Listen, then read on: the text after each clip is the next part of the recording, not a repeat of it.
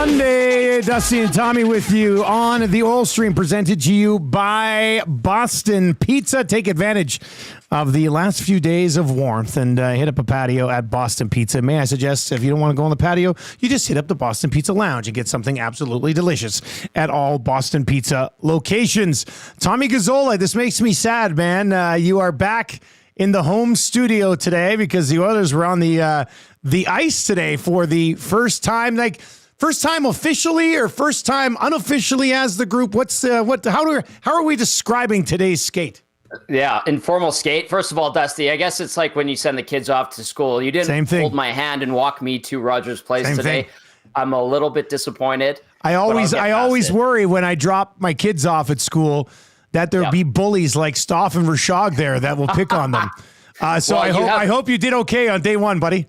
I did okay. Reed and I were dressed our best, like kids are always on their first day. So, I would have been on one hand and Reed would have been on the other, but we stuck together and we worked it like a team, and it's all good. But these guys have been on the ice, I think, for the better part of a week. Guys have trickled in. So this was our first time where they opened it up to the media, and we got to talk to a couple of players, Skinner and Draisaitl, and kept it short and sweet. And I think we're going to hear from Connor McDavid tomorrow and maybe another player or two.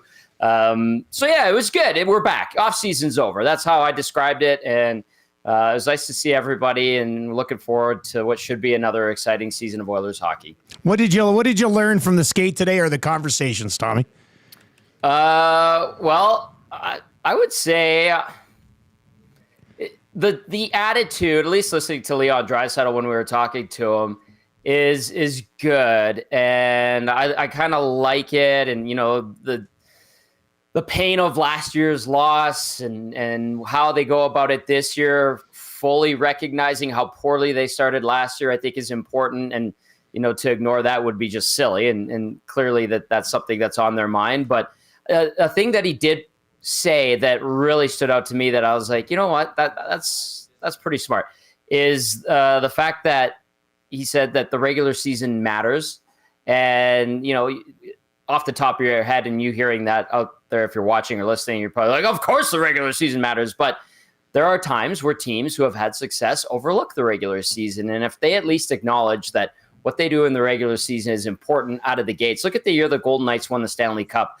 They were post to post, Dusty, one of the best teams in the NHL. Look at the Florida Panthers last year, post to post, one of the best teams in the NHL. And look at the Oilers last year, post to post. They started out as one of two of the worst teams in the NHL, and then rallied to become one of the best teams in the NHL. So that was a little subtle thing where I was like, you know what? Yeah, you got it. You're right. And hopefully it's not just number 29 that thinks that way. It's the rest of the group that went through the pain and suffering of the first 5 weeks of last season. What was new in the media? Any fun little chats with everybody? Was Reed Wilkins viewed as a traitor for the rest of his days? No. Everybody had a lot of questions for Reed, and it was very similar to how it's been over the last few years. But I had a lot of our peers and colleagues in the media come up to me and say, "Wow, Reed, huh?" And I'm like, "Yes, we're very, very, very excited about it." And a few of them asking how the first week went, and then the additional programming and how it came together. And, without giving them too much, just said, this is, mind your business, you nosy bastards. Mind your own business. But, we want to give a little bit of information, but not too much. And I just said that the four of us plus Trev, early on, we wanted to make sure that we started out properly, and when we had room and the opportunity to grow, we would. And, we got lucky. We brought on two excellent broadcasters and friends of ours. And then we made another one who is our de facto goalie, a full timer. So it is, I'll say this, I'm pretty proud to stand by what we've been able to accomplish, and no animosity, at least from who I talked to today. Let's see here. What do we got? Rip City Step in the Nasty Chat says, your inner thighs were missed on the hangout today, Tommy. I know. They'll be back tomorrow because Trev's on holidays, and I think we're just getting Zach to come back. So, and Maddie's been hustling. So I'll be back in studio tomorrow. Reed will be at the rink. And that's the other thing too, is now, nice, yeah. We could, Reed and I have a plan of attack that we're going to go over for how we're going to help each other out when we're at the rink together. And I think it's just going to add layers to the coverage and more depth to the coverage that we bring to our station and our respective shows. You can text us anytime, 780-218-9999, 780-218-9999. Tube Socks, and it says, can we open the show with discussing those effing ghastly ad patches that will be on the Oilers jerseys this year? Now, Play Alberta has done a great job plastering themselves all over everywhere, carried the CBL all season long as well. But I know there's always going to be the discussion with a patch on the jersey. It was announced earlier today that the Edmonton Oilers and Play Alberta have announced a new agreement today that makes Play Alberta the exclusive sports betting and online gaming partner of the Edmonton Oilers. The deal will see the Play Alberta logo featured prominently on the Oilers' home jerseys and game sense. And have we got to look at this yet? Is it? Yeah, I was doing Lock Shop. I saw. Oh, you did. Okay. Let me bring it. What do you think, Tommy? You're the jersey guy. How's it look? As a jersey guy, the sponsor logos on any hockey jersey, any NHL jersey in particular, it always kind of makes me cringe. Now, this has been something that we've had a year to get used to. The Habs have a sponsor on their jersey. The Toronto Maple Leafs, original 6 teams that have been in the league for 50 plus years have sponsors on their uniforms.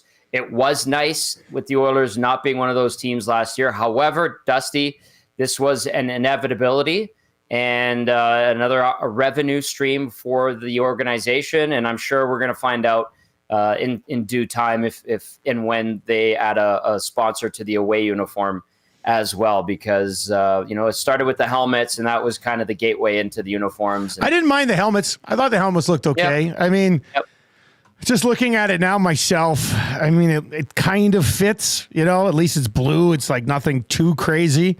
But I can see why fans would be disappointed. And now when you go out and you go to, let's say you go to Pro-Am, and I don't know, Jack Cookson, if you're listening, I mean, Tommy, you might know, but if you go to Pro-Am and buy an Oilers jersey, does it now come, the new ones will come with this patch on it? I'm assuming it. I don't think it does, because this is just for the Oilers, like when they're on the ice.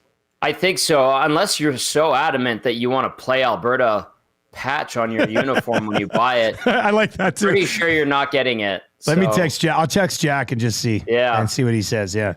My assumption would be no, but I've seen when the CFL went full time with the 2 logos on the front of the uniforms. I think in the early aughts, is it like 2005-ish? I saw some like Riders and Blue Bombers uniforms that weren't the pro model, but like the replica that had the logos on there, and I was like, where did they get that and why?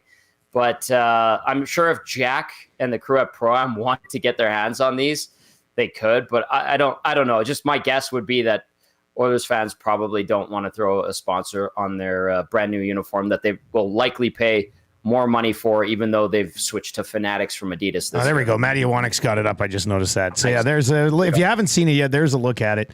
Just the Play Alberta patch on the right side, so the C wouldn't be affected on the other side. Pretty prominent spot for Play Alberta. I mean, they're going to get a lot of, I don't know if like a bunch of people see it and then just sign up automatically, but they're going to get a lot of views and impressions of that logo on an Oilers jersey, buddy. Yeah. And you know what, Dusty? I'll also add this. Better to keep it in-house in the province rather than, let's say, have a company from the U.S. or something like that on there. I mean, if you really want to look at it glass half full, it's like, at least it's Alberta. It doesn't say Gambling Alberta, it says Play Alberta. So those outside the know, maybe from other markets would be like, oh, that's a bit ambiguous. And then they'd have to do a Google search kind of thing. JJ says, it's not terrible, guys, but it should be orange. Yeah, I mean, the orange thing, but Play Alberta's logo is blue. I mean, and Play Alberta's going to be paying a ton of money to the Oilers for this. There's no way they're like, oh, and also do our logo however you want. Like, there's just no chance that happens. Yeah. So I got a text back from Cookson over at Pro-Am, and he says, no, the jerseys will not come with the Play Alberta, but some will want it. I guaranteed we will get asked for it. So I'm going to say, and then you can put it on?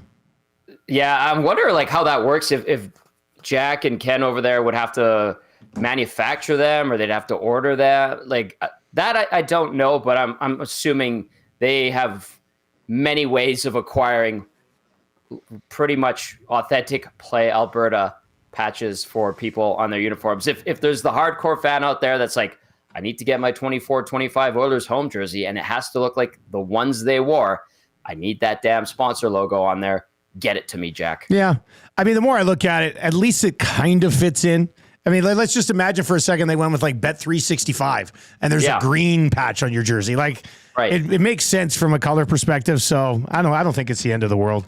If you want to chime in on it, 780-218-9999, 780-218-9999. Sheldon, not a white garbage truck, says, where will the 2025 Stanley Cup Finals patch go? Well, if you noticed the Florida Panthers uniforms last year, I think they were like scattered around. Like they had to put one. There was some uniform that had it like a captaincy, a logo, and this.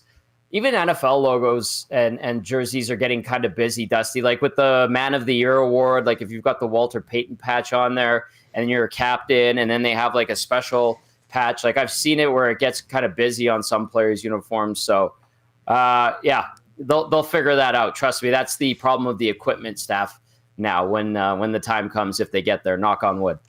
Jack says it's to be determined whether or not they will have access to the Play Alberta patch to put onto the jerseys. Jack, I'll just throw this out there. If you want, I can just draw it on a bunch of the jerseys. You just draw it on with like a blue Sharpie and just say, look, that's as good as new right there. You are graphically inclined, as I've learned. Thank you, Tommy. Since we started this fine station. So I trust you to do a great job. The Oil Stream is brought to you by Boston Pizza, where kids eat free all of September. For more on this promotion, check it out, www.bostonpizza.ca. Now, you can't have a kid come in and order 9 different adult-sized meals and be like, they're for my kid. You said they eat for free. There's certain regulations on this, but kids eat free all of September. So celebrate the first few days of school. Take the kids on down to Boston Pizza and have them eat for free. I'm about this close to being out of the Marshall Eats Kids meal phase. Ooh. He's on the big kids bugs and cheese right now. Yep. That's like the next step is full blown bloody pastas.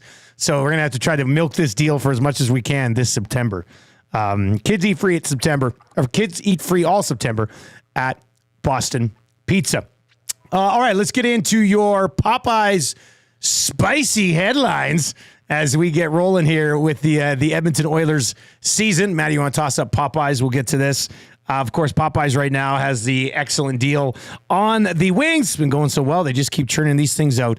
I don't know did you hear Glue Guy and Maddie on the Elks postgame show talking about wings at Century Casino? You see this? Iwanek says he could eat 50 wings in one night. Is that not what you said, Maddie?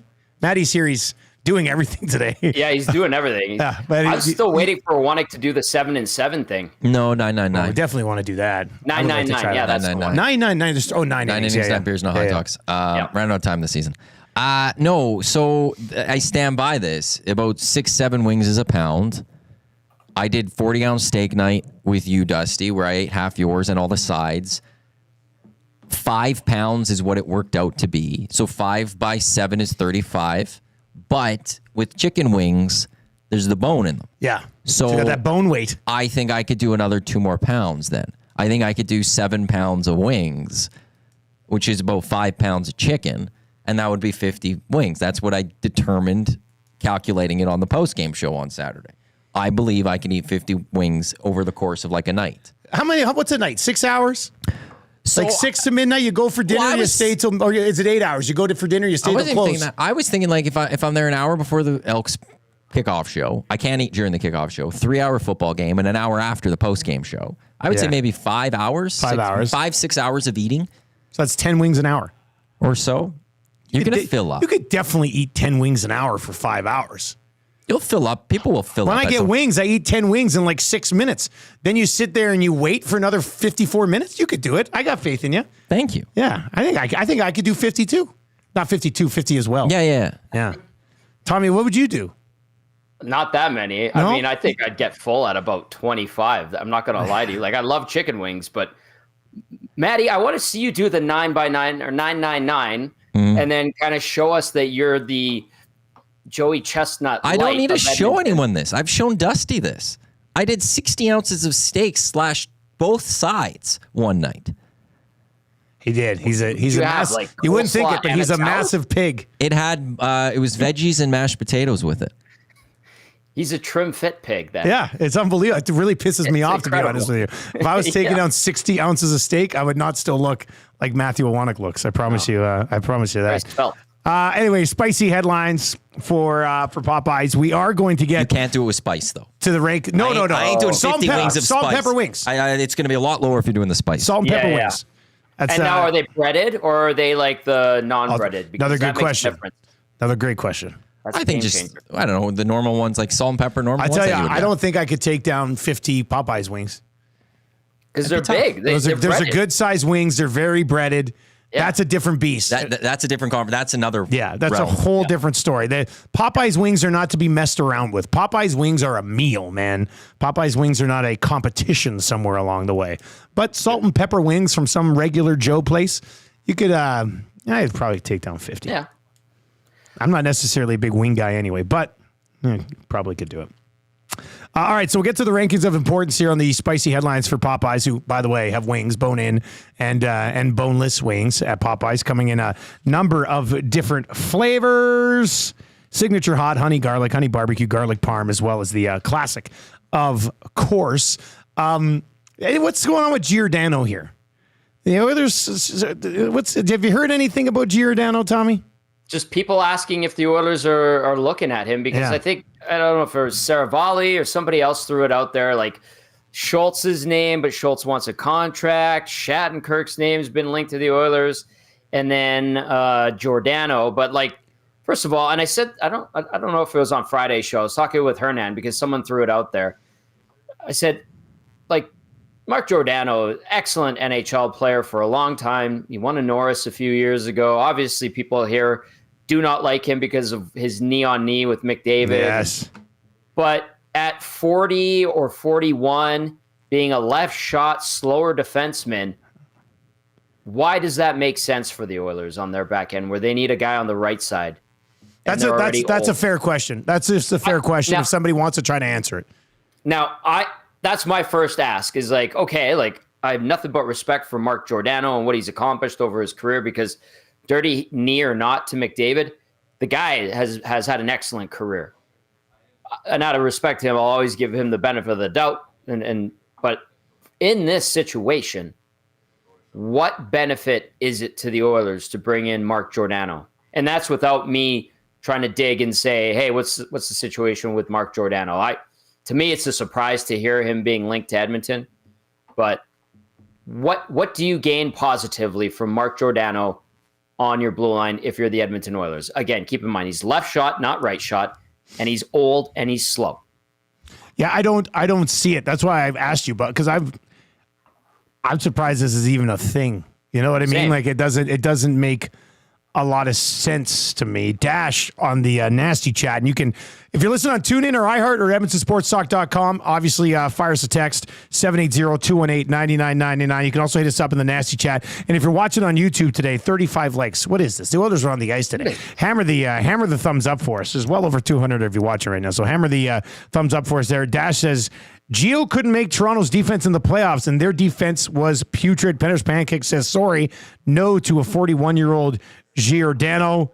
Smitty the Welder says, what depth is on the left side? Well, they've got three guys on the left side that are significantly better than what Giordano is going to bring to the table at this point. So I'm waiting for the Darnell Nurse response from anybody, including Smitty the Welder. T-Man says the Oilers are already the oldest team in the league. Yeah, they're right up there, that's for sure. So, as Big Uke says, he goes, this team is going to be fast. He just doesn't fit Like it's going to be a team.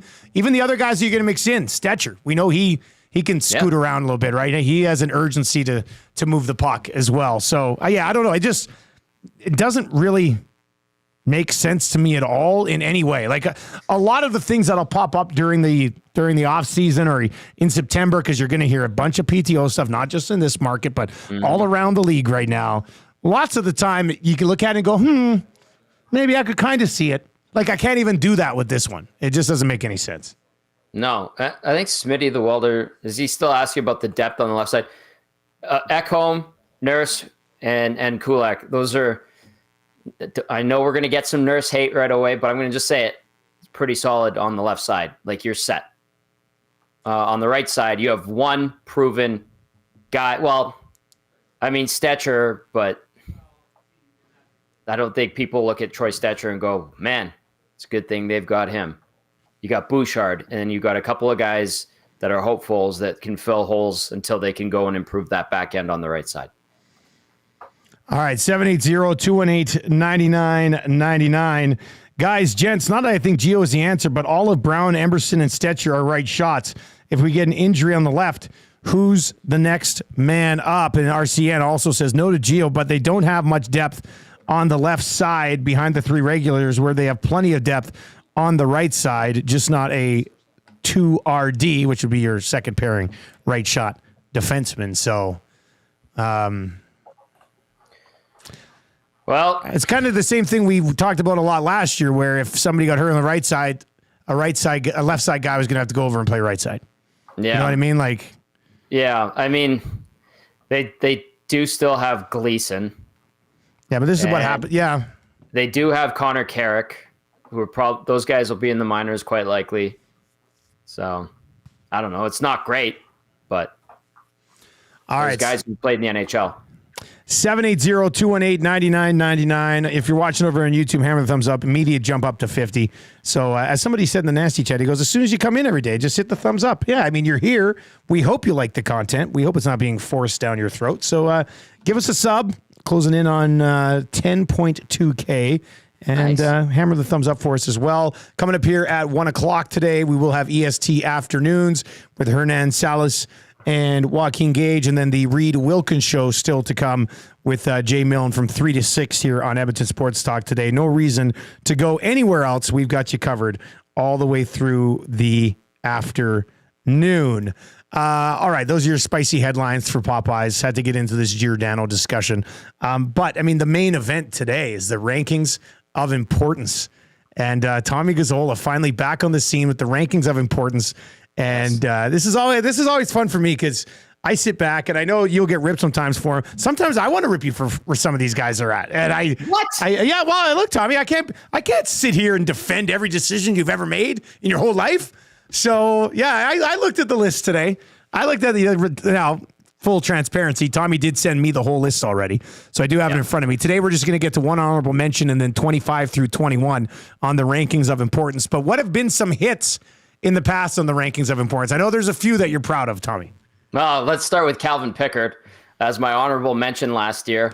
He won them a playoff game, came in relief in that second round, and went 1-1 against the Vancouver Canucks. Was good when they didn't get the goaltending they needed from Jack Campbell, and so that was one where I was like, nice, I got one there. Another one, Matthias Janmark. I have to stick with our boy there. Janmark was someone that I kind of looked upon and regarded with a lot of admiration for his ability to defend, and I think people kind of questioned that one, you being one of those people at first, Dusty, and then we all together recognize what a tremendous eye I have for talent on this team. I say that tongue in cheek, but we've had some good ones. And I remember one year I think it was Archibald ahead of Yamamoto in one spot. And I even said, listen, this one can flip-flop easily. And people were losing it on me. Yeah, they were like, 1-1, right? They were, Yeah, they were like 11th and 12th going into one season. And I'm like, listen, Yamamoto could pass Archibald very easily. And then it was before we knew Archibald wasn't vaccinated. That was against league protocol, so he didn't play the season. And then obviously came back for the playoffs against the Jets and took that bad penalty against Logan Stanley. people didn't let that go forever. So I'm like, just relax. We're talking about third and fourth liners here, but that's how passionate fans are of this team. We don't call them just third and fourth liners here, Tommy. Oh no, that's not how. Been matching these lines for weeks already. That's like mix and match today. I hit. Maybe I'll bring that back around. I think I might have already thrown it out because I'm like, enough already. Even today when I know they were skating today, and I heard we're talking about her, and I was like, people are probably like, where's the line combinations? You got to give us line combinations from the informal skate. I was just like, my God. It was McDavid was skating with Skinner and Hyman. That's what I had today for my line. Yeah, there you go. And then Draisaitl had Arvidsson with him for a bunch of shifts, and then Savoy was on with him for a bit. Interesting. Yeah. Because my line combinations today were the line you just said, and then Draisaitl, Nuge, and Savoy, and then like this ultimate third line. Some are calling it the best third line in the history of the league. Henrique with Arvidsson and Kane. Should Kane play at some point? So right. Well, no Kane on the ice today. Hey, how did Savoy look? He looked all right. He fits in, and so I'm excited to see what he can do. It's just they've pretty much got the roster set, but who knows? Maybe he can weasel his way onto it right out of camp. I think he probably stays in Bakersfield to start the year, but I'd be happy if he plays well, and I'm wrong. So. But he looked fine, and man, they were ripping the puck today. A lot of really nice shots, nice plays, but. I mean, for a day like today, when it's an informal skate, media's in there, cameras are in there for the first time. They want to look good. A couple of guys who weren't there really quickly, Dusty, before we go to the ROI here. Janmark was not there. No Nugent Hopkins. No Kane. But outside of that, like pretty good turnout for the group today, for sure. All right, this one is in on the nasty chat from Penner's Pancakes. It says, has Yamamoto gotten a PTO anywhere yet? He has. I don't he has think not. so. Think about this. Back to this conversation a few years back. Jesse Puljujarvi has a contract somewhere right now, and Yamamoto doesn't. Just saying. Oh boy. Just saying. Reed Wilkins is here, straight from the rink. What's going on, Reed? Oh, he's fired up. He just did like some sort of half-ass high leg kick. It was real nice. I like that. He did a leg kick. Yeah, he did like a leg kick. It was really impressive, actually. I did not expect it to come from him, but he's excited for his show. We all are. Reed Wilkins Show today, 3:00 right here on EST. All right, Tommy, let's get to your one honorable mention on this year's 24-25 rankings of importance. The honorable mention title this year for the 24-25 ranking of importance when it comes to Edmonton Oilers is Noah Philp. Wow. Now, was it the case before seeing Stoff? Did you see Stoff today? Stoff was not there. There's another guy. I thought there's another guy. I love how we're reporting on Stoff was there or he wasn't there. Well, he takes attendance when we're there or not. So he was not there. Gotta have some. So what you're thinking here, as far as honorable mention goes, give him half a season to see how he looks after not playing for a year, and maybe he factors in at some point. Yeah. It depends how things go. And like you said, whether it's half a season or maybe a little bit more, but if he's playing well, he could be in the mix for a call-up, I've been told. He was certainly trending that way before he took the year off, had to get things taken care of away from the game and get himself into a good spot so he could come back and be at his best. Sounds like he's done that and he's in a good place and he's ready to resume his hockey career. And he has a lot of intangibles that many teams would be enticed by. And he's big. He's a right shot guy. He's got skill. But, can he get up to speed quickly? How will he handle a full slate of AHL games? You want to give him the benefit of the doubt. And if it all goes well, best case scenario, he's in the mix for a call-up at some point. And that, if it does come to fruition, would be a good find for the Oilers and probably a pretty darn good news story and something that we'd hear on the broadcast from Gene talk about if and when he makes his NHL debut. But like I mentioned, if he puts together a nice start to the season in Bakersfield and a situation arises where the Oilers might need a call-up, he could put himself back in the mix to being one of those call-ups. So he'll be my honorable mention. Not a deep pool of potential honorable mentions. So I'm going to go with Noah Philp because I'm rooting for him and hopefully he makes good. I'd love to see former Golden Bear crack the roster at some point. That'd be two of them on there possibly at the same time, which would be quite something. I see somebody saying Yamo does have a PTO in Boston. I think the Bruins are considering a PTO for Kailer Yamamoto, but I don't think he's actually got one. Tyler Johnson got a PTO in Boston. Yeah. Yeah. So they can bring in another small forward. Like if Tyler Johnson already got one, maybe that's what they're looking for. Maybe they battle out, but I don't think he has one officially as of yet. All right, so Noah Philp, the honorable mention on Tommy Gazzola's rankings of importance. We are going to go from 25 to 21 today, and then we'll work our way through 5 more the rest of the week and into next week as well as Oilers begin preseason in 2 weeks? Yep. September 23rd, first preseason game, I believe. So just 22nd. Around the 22nd. Okay, just around the corner. Just around the corner. All right, number 25 on the list is a goalie. Who do you got, Tommy? Well, he was the Oilers representative at the Upper Deck NHLPA Rookie Showcase last week. He is Olivier Rodrig, Dusty. And Olivier Rodrig, obviously making a name for himself last season, really kind of putting himself on the radar of Oilers fans with some solid play down in Bakersfield. Really took the reins when Jack Campbell had his struggles, not just at the NHL level, but the AHL level as well. And Rodrigue finished with a 19-12-5 record, .916 save percentage, .273 GAA. This is a guy they drafted, they developed, they've been patient with. His dad, Sylvain, was with the Oilers organization for a long time. They've since moved on. But Olivier Rodrigue, because I was wondering, they did sign Colin Delia in the offseason, but you always kind of want a veteran guy that's played NHL games to be around. To me, if they need a call-up in net and one guy's hurt or, God forbid, playing poorly, I think Rodrigue would be the go-to to get the look, depending on how the Oilers are performing at that point in time. But this is a guy that has earned that attention from Oilers fans and team management. And so I'll put him in at number 25 because you can't have too many good goalies. And we've learned that, and Oilers fans have dealt with it the hard way the last few years. Yeah, Rodriguez is an interesting one. He's been slowly getting better in the American Hockey League. And he's been in the American Hockey League for 4 years now, slowly getting more games as well. Like they're just slowly developing him as a goaltender right now. .894 save percentage his first year, only played 11 games. .886 the next year, played 13. Also spent some time in the ECHL that year.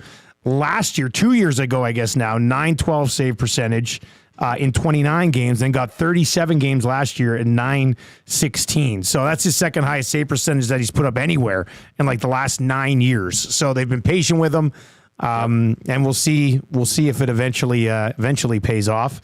But yeah, number 25 on the list. You got to have some other goalie on the list outside of the top two. We saw Pickard obviously chime in a little bit last year. At number 24 on the list, Tommy, where are you going? Number 24, we're going with a good hometown kid, a good story, and that's James Hamblin, Dusty.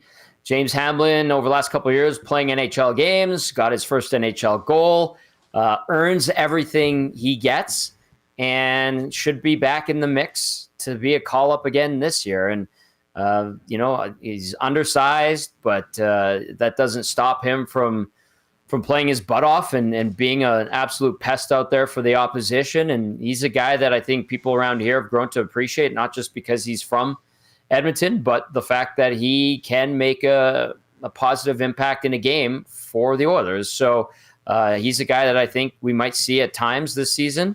To what extent, I don't know. Obviously, injuries, situations will dictate that, but I think over the last couple of years, Oilers fans and us as media can expect him when he plays to contribute and be a solid fit in the lineup. So James Hamblin in at number 24. I totally forgot that he played 31 games last year.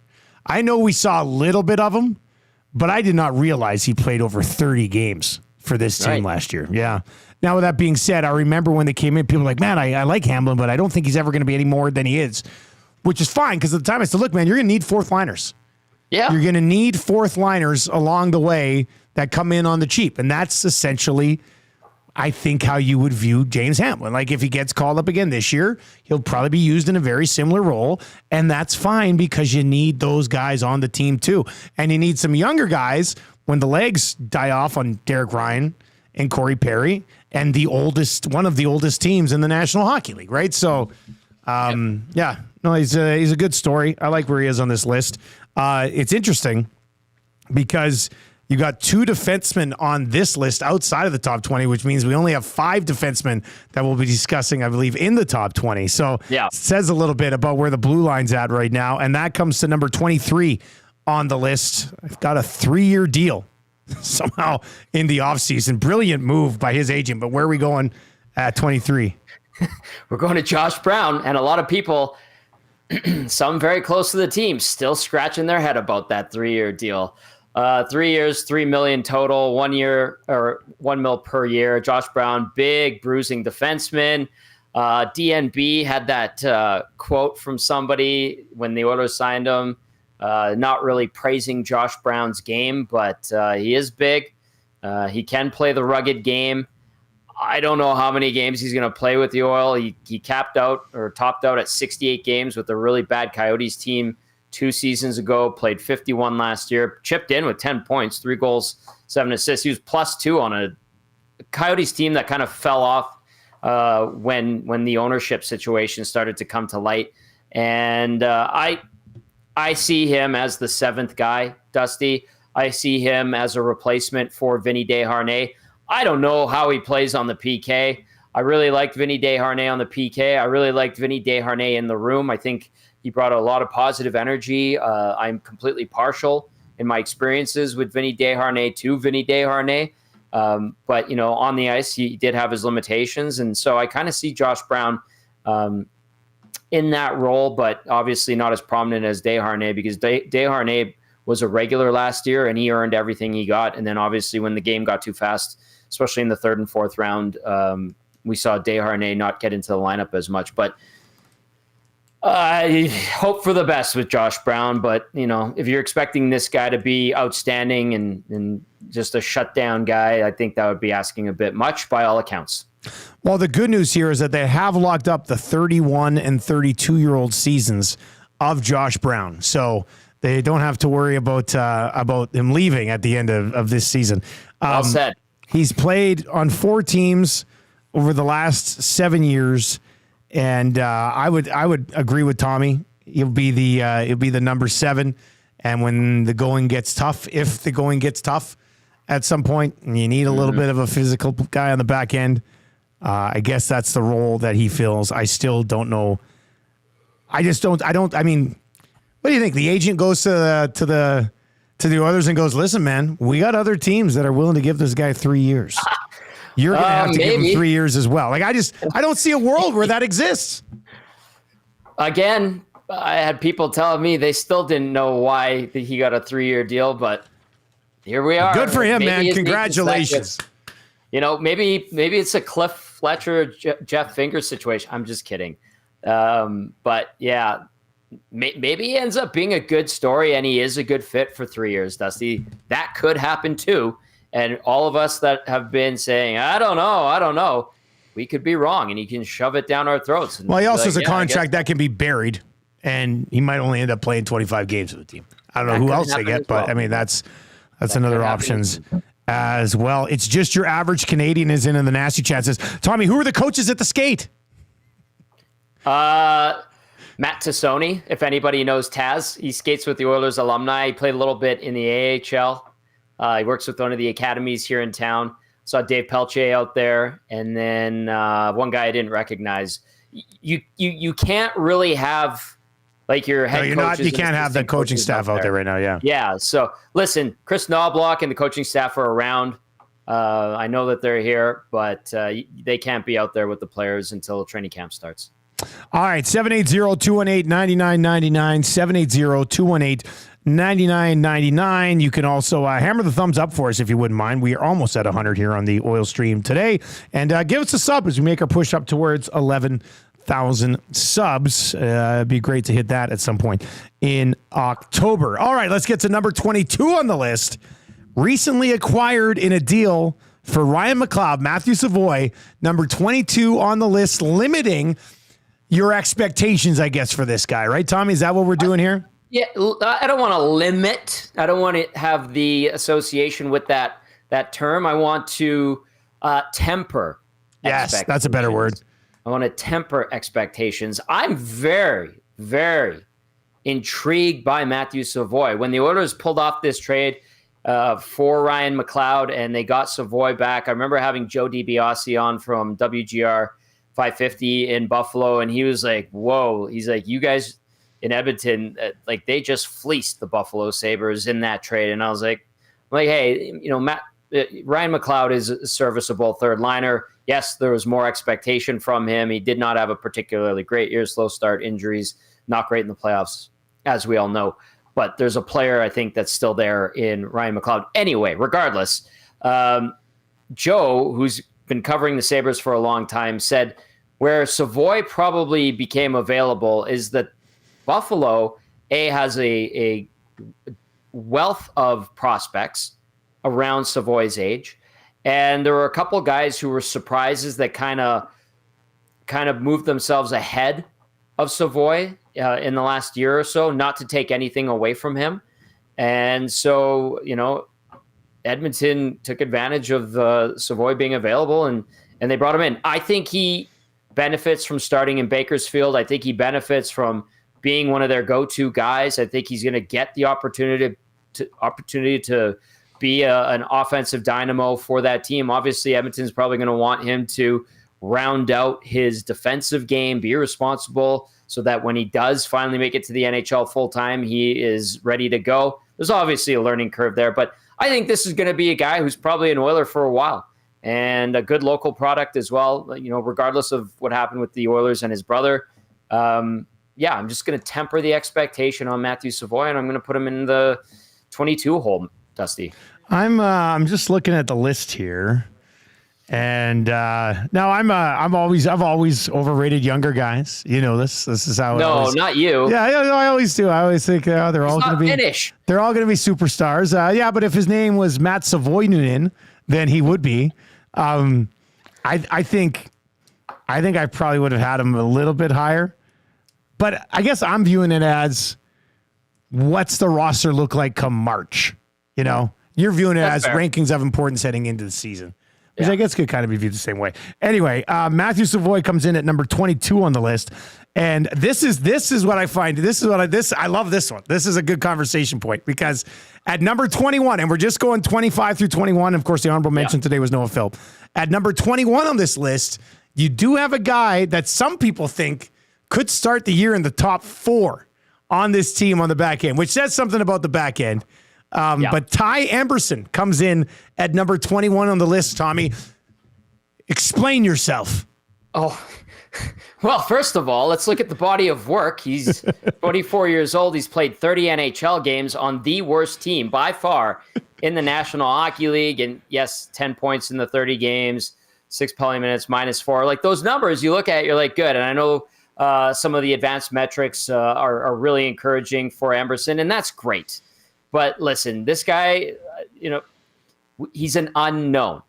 What we do know is that he has a connection to Chris Knobloch. Chris Knobloch probably has faith, and with him having played for Knobloch before, this probably gives Emberson a legitimate shot of being on this team and having an opportunity to make himself into a feel-good, nice story on the back end.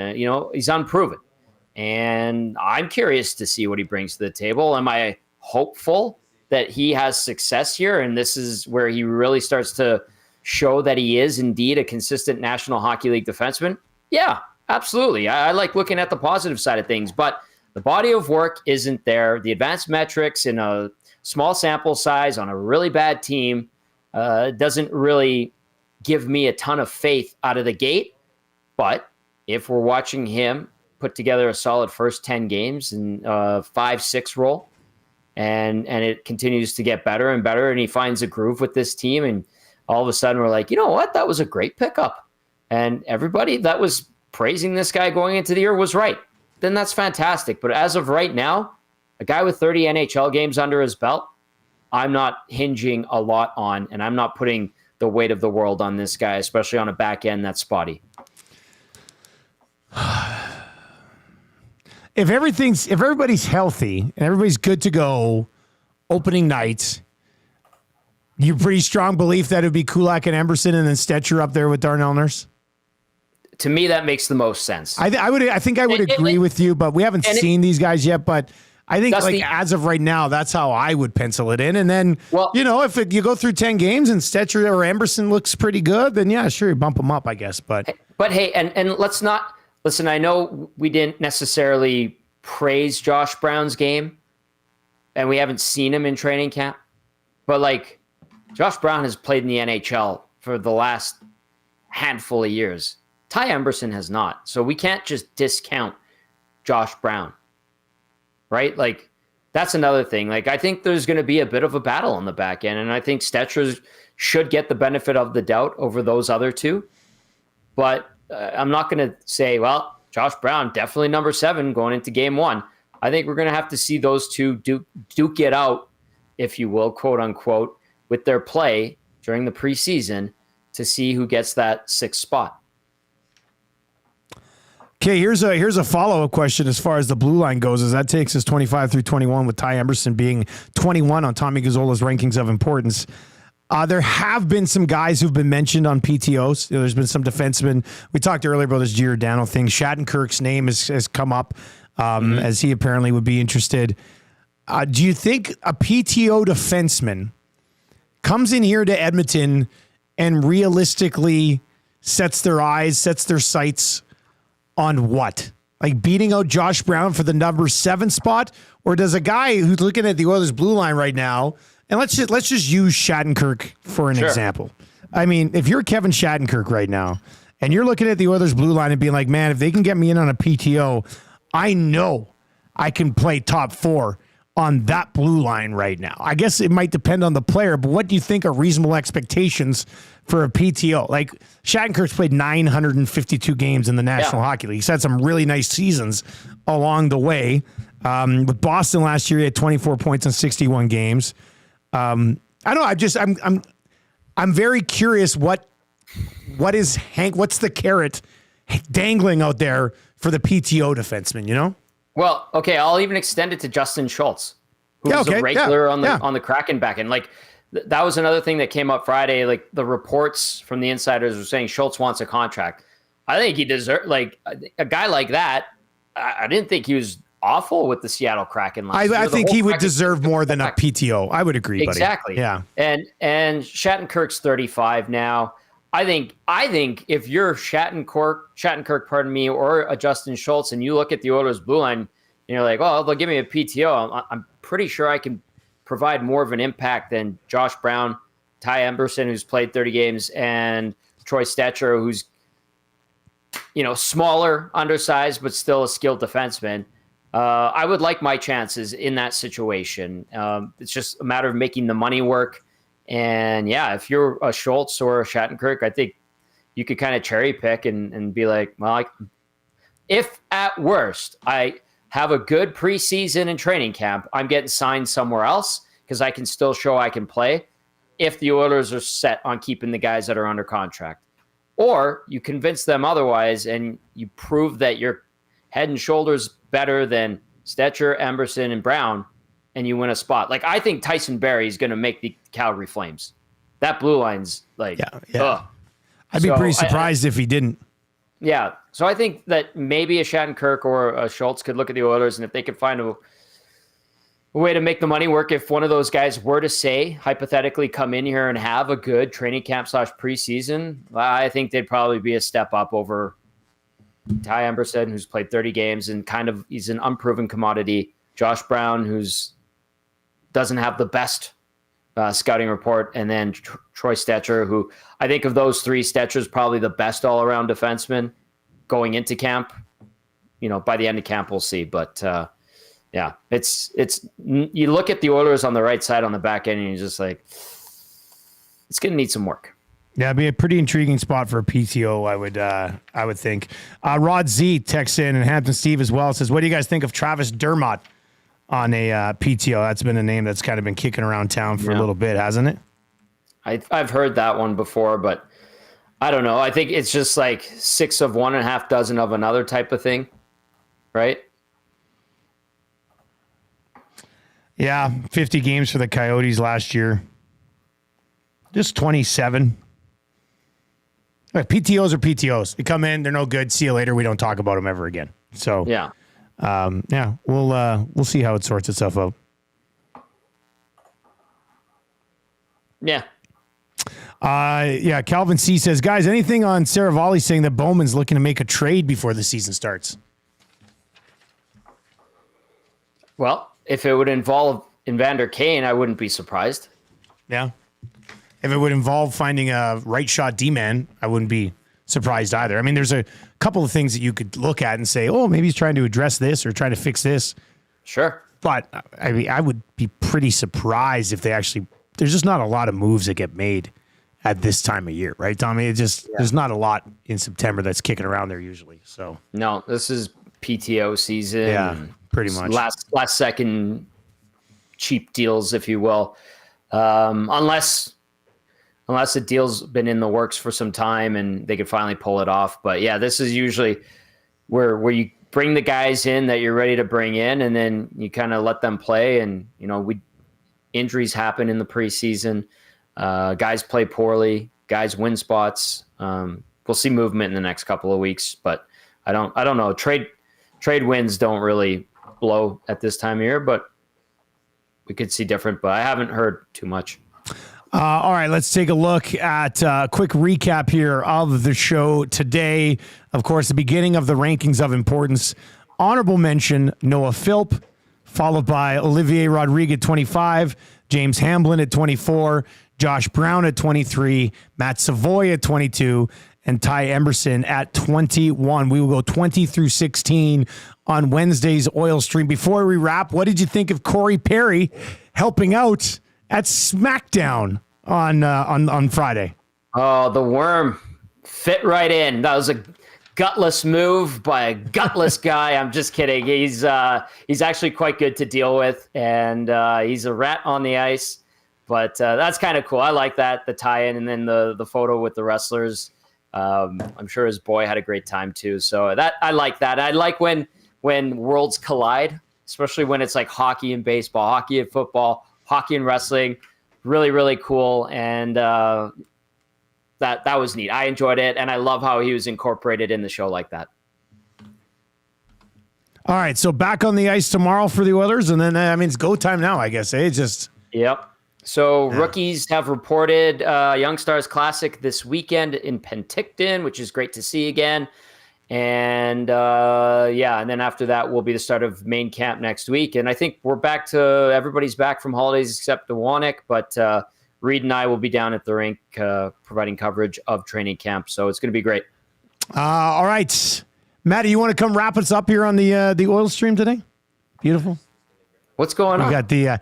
Oh, no, we're just wrapping. I need somebody over there to get us out. Yeah. I haven't got set the new graphics up on the Stream Deck over here yet. I'll have to do that at some point. Oh, your button thing. Yeah, my button thing. I got to get the button thing updated here. We'll do that at some point. All right, that's going to do it for the Oil Stream today. Presented to you by Boston Pizza. Kids eat free all of September at Boston Pizza. That's all you need to know. Outside of that, we do have Hernan Salas, Joaquin Gage coming up with EST Afternoons. If you're watching on YouTube, turn on autoplay. It'll take you right on over. And if you're listening on TuneIn or iHeart, or at EdmontonSportsTalk.com, just be ready. EST Afternoons coming up in just a few moments. That'll be followed by the Reed Wilkins Show. Reed, like Tommy, was down at the rink this morning. He'll have more on that from 3 to 6 on the Reed Wilkins Show with Reed and Jay Milne. That'll do it for the Oil Stream today. Tommy, I'll talk to you tomorrow, buddy. See you tomorrow, Dusty.